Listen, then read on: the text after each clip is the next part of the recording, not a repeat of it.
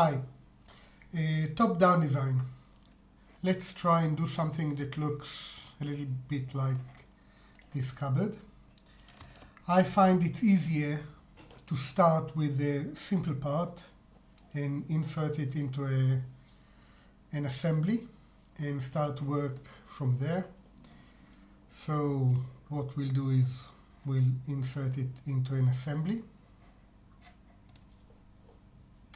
And what I like to do, the first part you put in an assembly is fixed, so I'll make it float. And I like to center everything. It makes it easier if you want to mirror parts or duplicate things.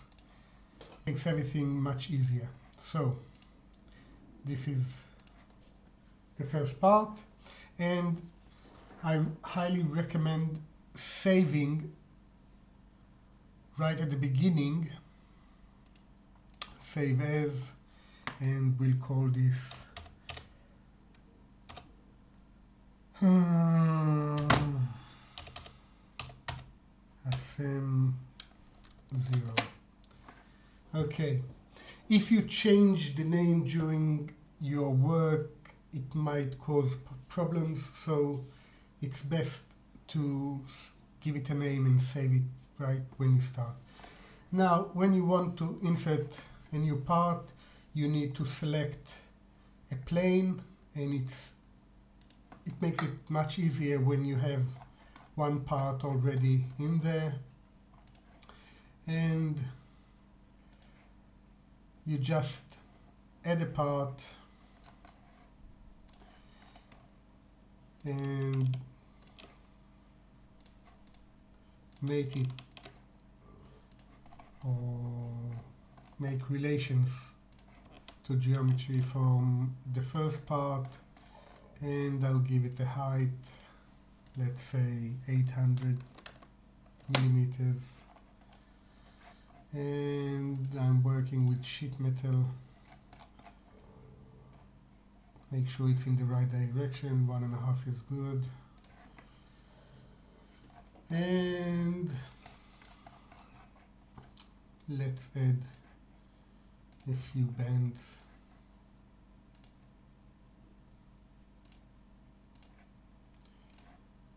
We'll call this 20, and we'll make this 10 millimeters.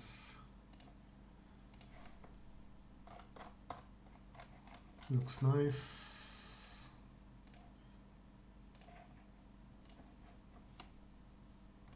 And we have our second part in. Now I'll duplicate, or I'll add another part exactly the same, and I'll mate it on the other side.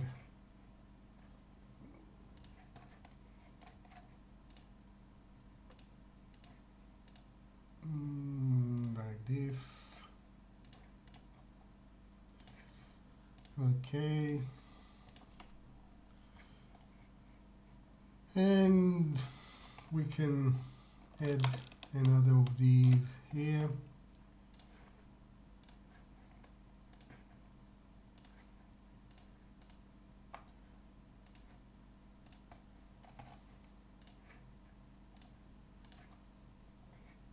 Okay, we're starting to get something.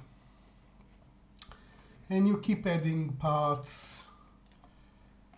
You select a plane.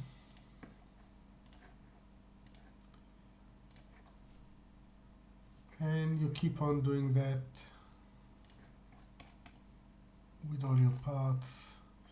You can add, in this case I know it's symmetric, so I'll add center lines,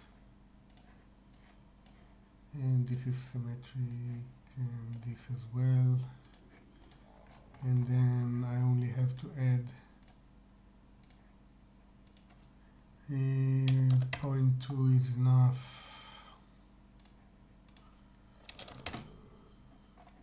and so on.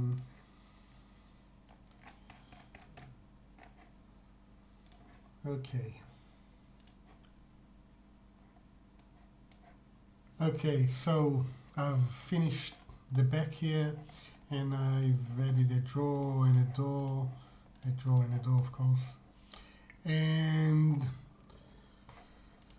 what you see here, we have the bottom and the top, which are real parts, and the rest have funny names. Very important to save it from time to time. Now, these aren't real parts, and if you delete this assembly, or if for some reason something happened to the computer and like a power cut or something, and you didn't save it, you lose these parts. So you have to save it as often as possible. And as long as you have this assembly, you can reach these parts. If I'll try and see, this is the content of this folder. We have the first part and the assembly, no other parts. And you won't find them anywhere else on your computer. But if I'll open it from here, I can see the part, and here I can say this is stainless steel 4F, and give it a name, thickness, whatever. Okay, and then save as, and I can see the parts I already have. And what I usually do, and this makes it easier if you want to do pack and go, and I've talked about pack and go in a different video, but it's much easier if you have the first part of the name is the same for all the parts in an assembly, and then you have another part of the name which keeps changing for each part. And once I've saved it, it appears here, and it's already a real part, and we'll do the same with the rest. Save as number 3. Open, save as 4, and the last one.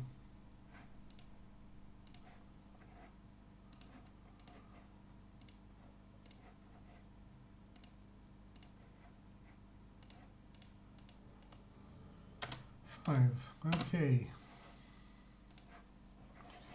Now we have an assembly. It's not finished, of course, but it's pretty much the same as you go along. The thing about working like this, if I decide the drawer is a bit too small, I can simply edit the size, see what works the best.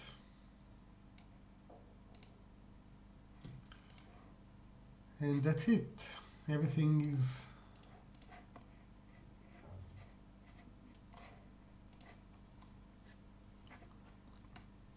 I hope this was helpful.